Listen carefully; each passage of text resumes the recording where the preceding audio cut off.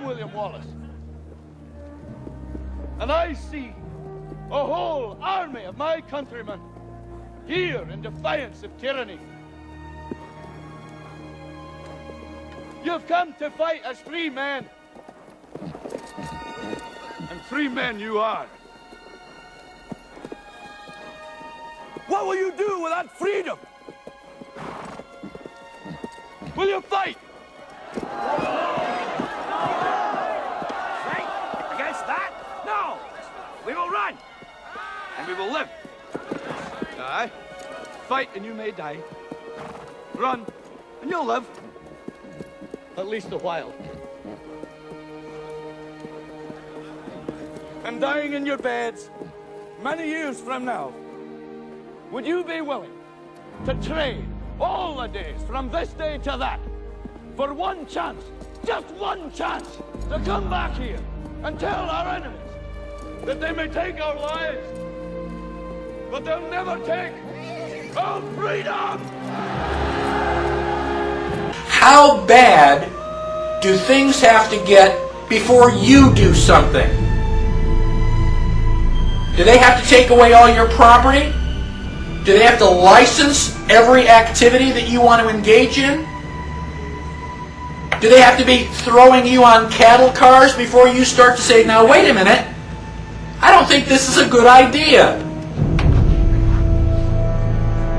How long is it going to be before you finally resist and say, no, I will not comply?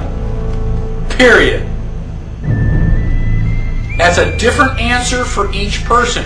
Ask yourself now, because sooner or later you're going to come to that line, and when they cross it, what are you going to say? Well, okay, cross this line. Okay, now cross that line. Okay, now cross this line. And pretty soon you're in a corner. Sooner or later you've got to draw a line and stand your ground, whether anybody else does or not.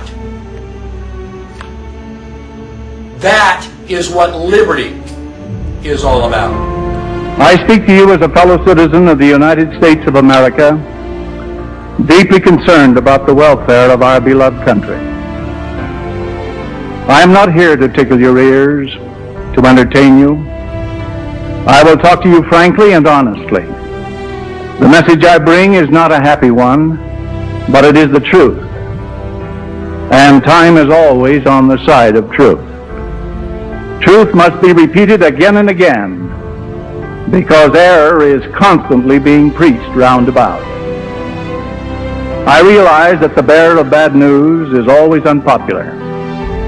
As a people, we love sweetness and light, especially sweetness. I am sorry to say that all is not well in so-called prosperous, wealthy, and powerful America. We have moved a long way and are now moving further and more rapidly down the soul-destroying road of socialism. The evidence is clear, shockingly clear, for all to see. With our national prestige at or near an embarrassing all-time low, we continue to weaken our domestic economy by unsound fiscal, economic, and foreign aid policies which corrupt our national currency.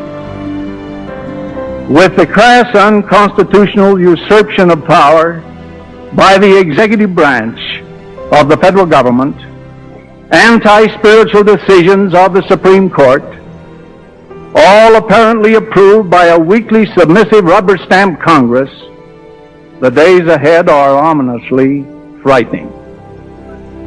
It is imperative that American citizens become alerted and informed regarding the threat to our welfare, happiness, and freedom. No American is worthy of citizenship in this great land who refuses to take an active interest in these important matters. Stand up for freedom, no matter what the cost. It can help to save your soul and maybe your country. May God give us the wisdom to recognize the dangers of complacency, the threat to our freedom, and the strength to meet this danger courageously. And then we print and we print and we print until we can print no more. And we expand government until it is so large, so crippling, so all-encompassing, so controlling. As it grows, the discontent in the country continues to grow, and people have to be stopped. Well, for the good of everyone, we've got to take this right away, or we have to silence this person, or we have to cripple this company, or we have to put these executives in jail. And before you know it, you are left with nothing but a rotting government. You are left with nothing but a group of people in Washington who you don't trust now. And yet, they'd have all power. You give them the power of the banks, they control all of the finances. They control the way businesses grow. They control you from cradle to grave. And in the end, it collapses because that system doesn't work.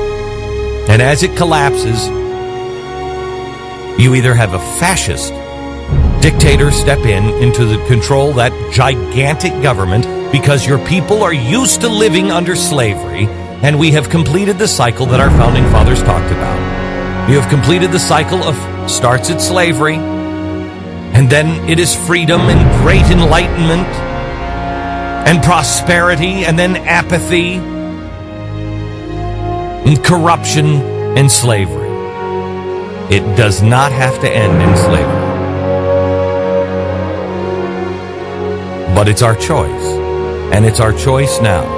And while everybody else wants to talk about the stupid events of the day, while everybody else wants to talk about, did A-Rod take steroids?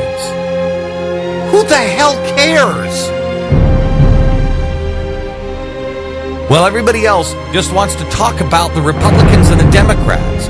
Could we please ask each other the question, who are we?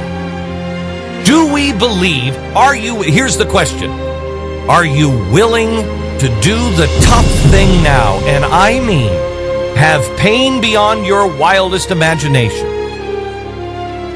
Let's look at the worst case scenario.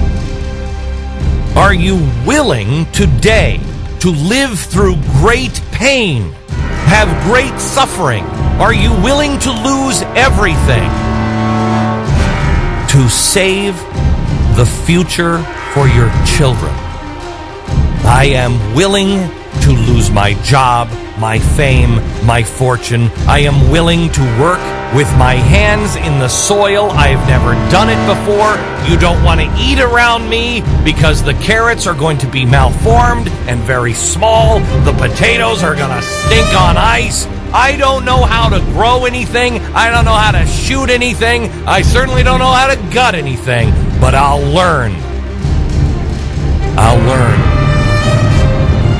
Or would you just rather have somebody else take care of it?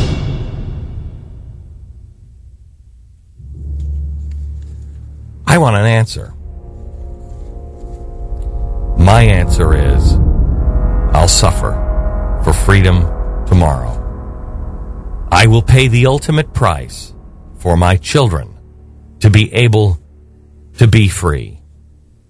I will not stand before my God. And when he asks me, when all of this was going on, Glenn, what were you doing? I put men in charge. In no time has there ever been more wise men, better men, more ethical men, more enlightened men than the founding fathers. I orchestrated the whole thing so they could get together and they could create this. And then they fought for it, they bled for it, they died for it. And then they passed it on to you, and you stood and did what? I was afraid. I didn't know what to do. I just listened to the people on television. I just wanted to keep my house. I was afraid. I refuse to answer that way. We, as a country, were founded on divine principles, through divine providence. And we must once again mutually pledge to each other our lives, our fortunes, and our sacred honor.